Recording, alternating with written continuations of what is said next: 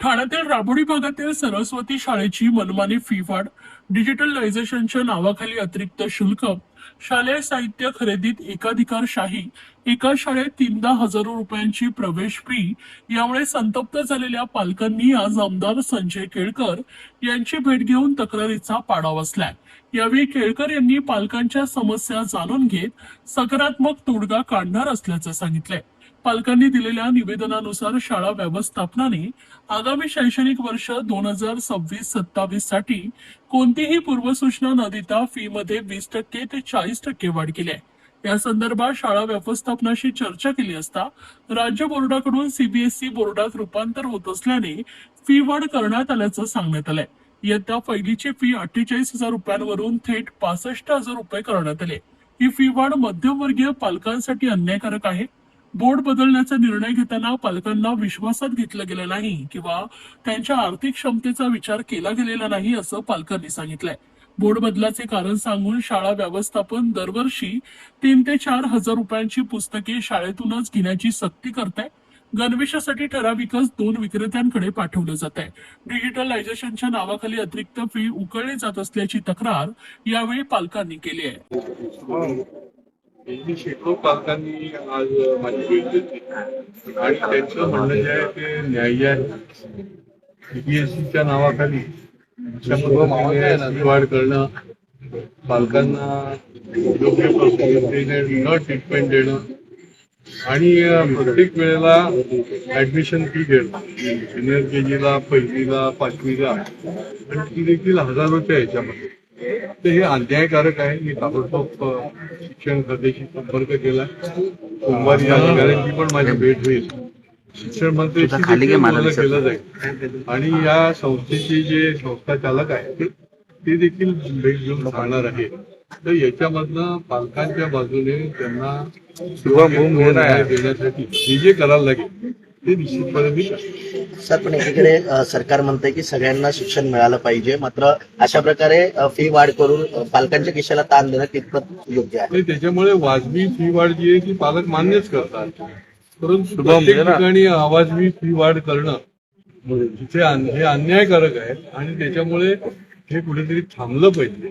शिक्षणाच्या क्षेत्रामध्ये एक योग्य पद्धतीने फी वाढ, त्यांनाही खर्च आहे ते म्हणतात, ती योग्य पद्धतीने ती फी वाढ झाली पाहिजे. गावाच्या सव्वा फी वाढ होणं हे कोणालाही जमू शकत नाही, परवडू शकत नाही आणि निरनिराळ्या प्रकारे अमुक एक ठिकाणी तुम्ही गणवेश घेतला पाहिजे, अमुक एक ठिकाणी पुस्तकं घेतली पाहिजे, हे त्यांच्या दृष्टीने अन्यायकारक आहे आणि त्याच्यामुळे हे अन्याय दूर करण्याकरता जे करता येईल ते आम्ही ठामपणे तर जिल्हा परिषद असेल, ठाणे महानगरपालिका असेल, यांची कुठेतरी वचक राहिली नाही की काय? त्यामुळे या संदर्भात अनेक शिक्षण संस्था याच्यामध्ये काही प्रमाणामध्ये तथ्य आहे की मोठ्या इंटरनॅशनल स्कूलच्या बाबतीमध्ये देखील शिक्षणाधिकाऱ्याला त्याच्या नोटिसीला देखील फेराची नोटीस दाखवलेली आम्ही बघितलेली आहे आणि त्याच्यामुळे आता शासनाने देखील शिक्षण खात्याने हे कठोर भूमिका आता घ्यायला सुरुवात केलेली आहे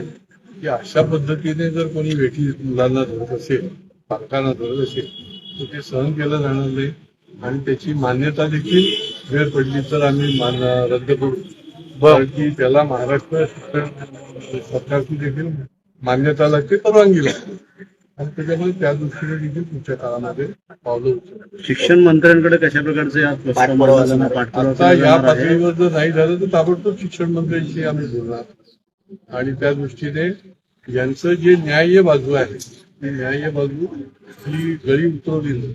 तर अनेक शाळा ज्या आहेत त्या अनलिगल चालू आहेत, मागे देखील आवाज उचललेला होता. बोगस शाळांच्या बाबतीमध्ये पालक आणि विद्यार्थ्यांचं याच्यामध्ये फार मोठं नुकसान होतं.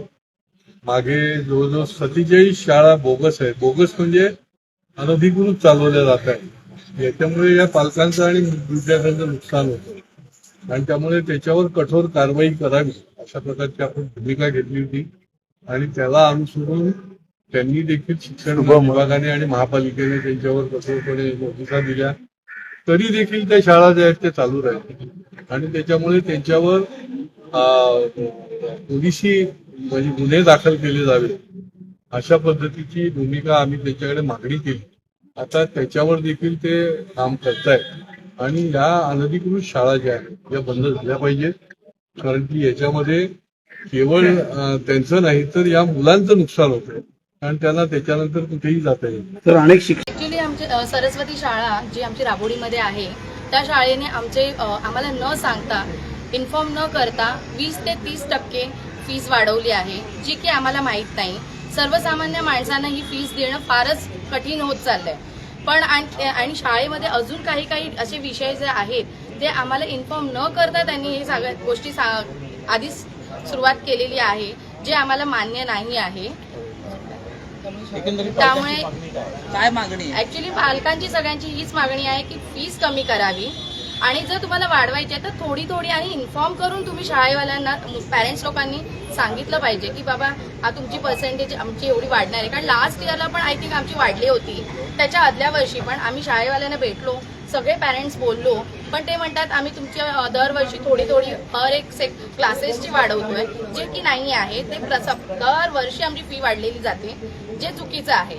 त्यासाठी आमचे सगळे पॅरेंट्स शाळेमधले सगळे जे काही पॅरेंट्स आहेत सगळे एकत्र आले आहेत. प्लीज आम्हाला न्याय हवा आहे, तर तुम्ही प्लीज आमच्याकडे लक्ष ठेवा. शाळेचं काय म्हणणं आहे जेव्हा भेट झाली? शाळेचं म्हणणं काय? शाळा म्हणते की आम्ही तुम्हाला टायमिंग देऊ फी भरायला, जो काही हा महिन्यात भरायचं ते तुम्ही अजून 2-3 महिन्याने असं टायमिंग देत आहे, पण फी कमी करत नाहीये. ते म्हणतात मॅनेजमेंट हे अलाव करत नाहीये.